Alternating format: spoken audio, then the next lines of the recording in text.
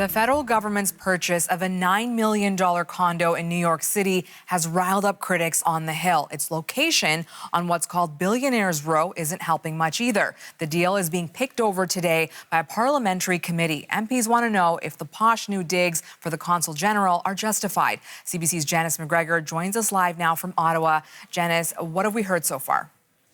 What price? Your home or your location, right? What do real estate agents say? Location, location, location. Look, if you have ever kind of looked at real estate listings in Manhattan, particularly very desirable Manhattan neighborhoods like Midtown and Central Park South neighborhood, this committee hearing is for you. But if you do not like listening to senior government officials go over Treasury Board policies and public services policies and discuss sort of how things are appraised and what the rules say about the process for these kinds of sales and purchases of Crown assets, you might find it a little dry. So I have to say the first 2 hours of hearing from senior bureaucrats at this committee has had a little mix of both. You're looking at some pictures here.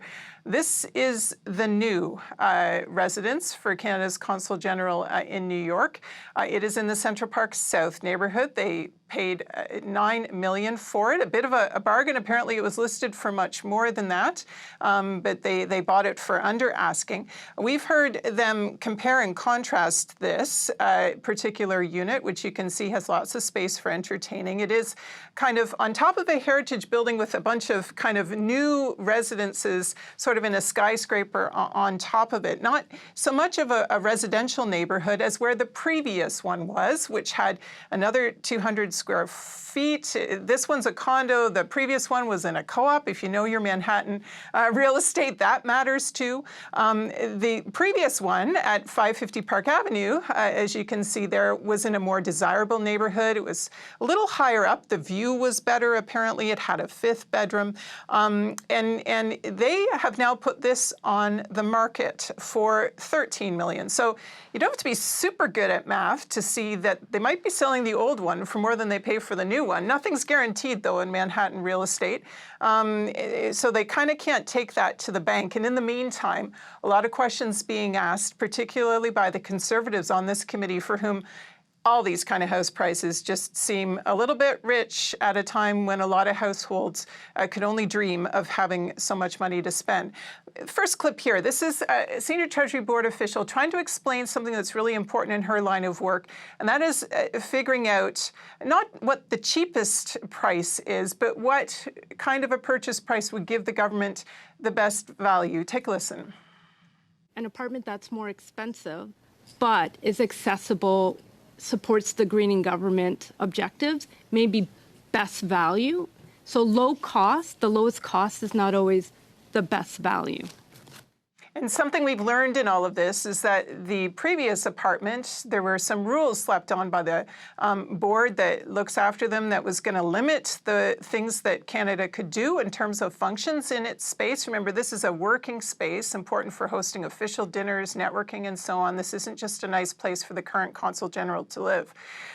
But also there were issues with the previous facility not meeting accessibility requirements that the government set a couple of years ago. And so they were going to have to pay for a lot of renos, like a couple $1 million worth of renos. They'd known this. There were apparently issues going back to 2014, long before the current Consul General was appointed in 2023.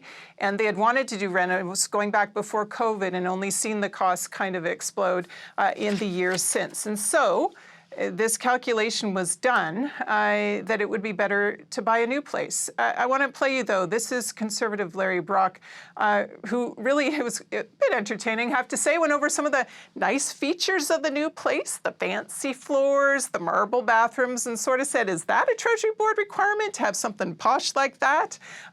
Through a number of the sort of features we could see from the real estate listings. Of course, it isn't a requirement to have Italian marble in your bathroom. I can't even imagine how one cleans that. But here's Larry Brock, kind of with his bottom line about how he was seeing things from his perspective.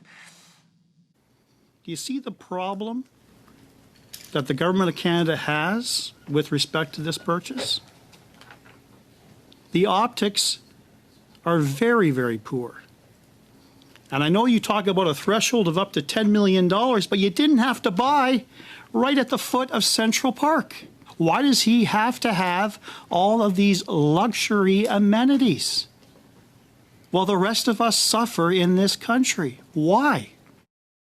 So you heard him there talking about threshold. One of the things we've learned from the public services, public works, and the Treasury Board officials here is that the decision, because it was under 10 million, this purchase, a lot of the decisions about why this was the best thing to purchase actually didn't rest with the people we're hearing from today. They rested with the folks over at Global Affairs, who of course could speak more to the function of this place, and they, sort of couldn't sort of like speak for the other department, right? Which is why some of the answers we've got were very unsatisfying so far, anyway.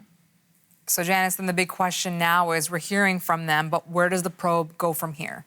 Right. So we do need to hear from Global Affairs, don't we?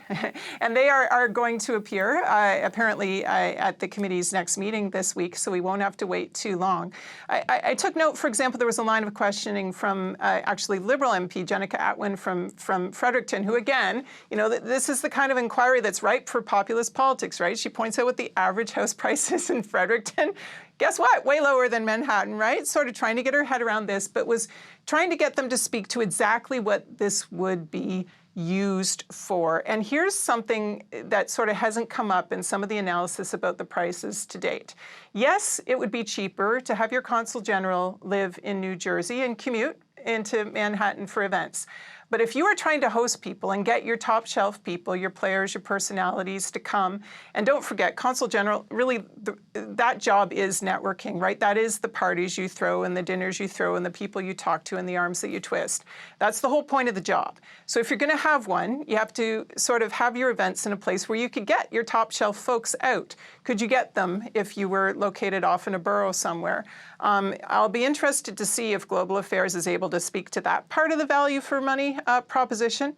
And I want to say while we're here, there were some suggestions that sort of, some of this had to do with the current person in this job, former broadcaster Tom Clark.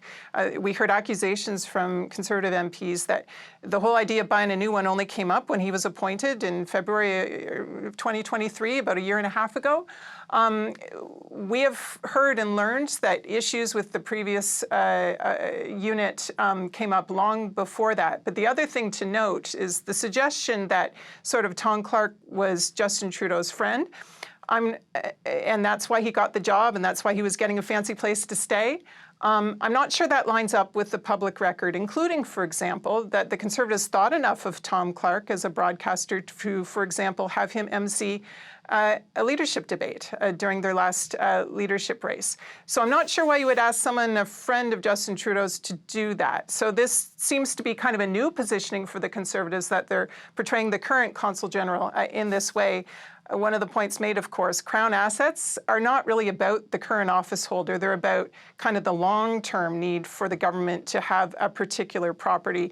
And this is something certainly that is going to sort of be on the books well beyond the tenure of the current appointee. Thanks for walking us through this, Janice. The CBC's Janice McGregor in Ottawa.